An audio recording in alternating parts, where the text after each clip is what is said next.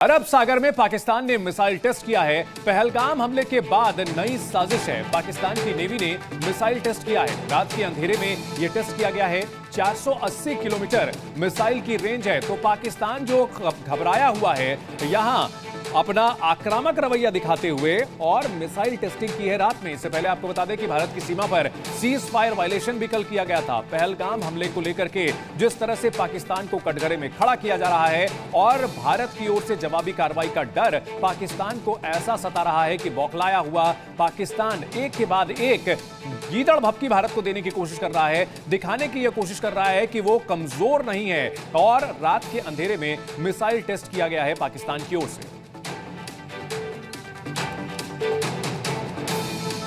एक और बड़ी खबर आ रही है। हमले के बाद पाकिस्तान की गीदड़ भभकी परमाणु शक्ति को लेकर के गीदड़ भभकी दी है और पाकिस्तान के डिप्टी पीएम इशाक डार की धमकी, पाकिस्तान के पास परमाणु बम है, हम परमाणु और मिसाइल शक्ति हैं। इशाक डार ने यह दावा किया है और कहा है कि हमें कमजोर समझने की भूल न करें। दरअसल पाकिस्तान जो कि भारत के सामने सैनिक शक्ति में कहीं नहीं ठहरता, आर्थिक शक्ति में कहीं नहीं ठहरता, लेकिन अब यह दावा करता है कि वो भारत से डरता नहीं। और इस बड़ी खबर पर हमारे सहयोगी खालिद हुसैन हमारे साथ जुड़ गए हैं। खालिद, अभी भारत ने तो एक्शन लिया भी नहीं है और पाकिस्तान बौखलाया हुआ लगातार बयानबाजी कर रहा है, परमाणु बम की गीदड़ भभकी दे रहा है।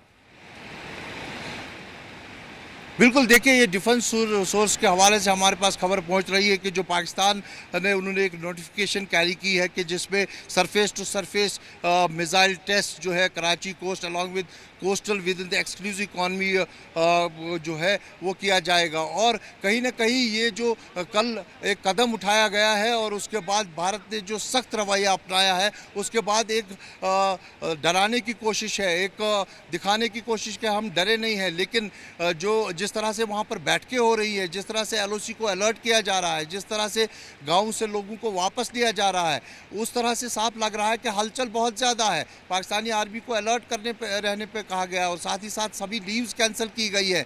तो कहीं ना कहीं भारत के सख्त रवैये के बाद जो कदम वहाँ पे उठ रहे हैं, उनसे साफ दिख रहा है कि कहीं ना कहीं चिंतित है पाकिस्तान। अब ये जो नया जो ये surface to surface missile test की बात कराची में के कोस्टल एरियाज में की जा रही है, उससे जो है एक संदेश देना चाहते हैं कि हम किसी से डरे नहीं हैं, हम सक्षम हैं, हम ये कर सकते हैं।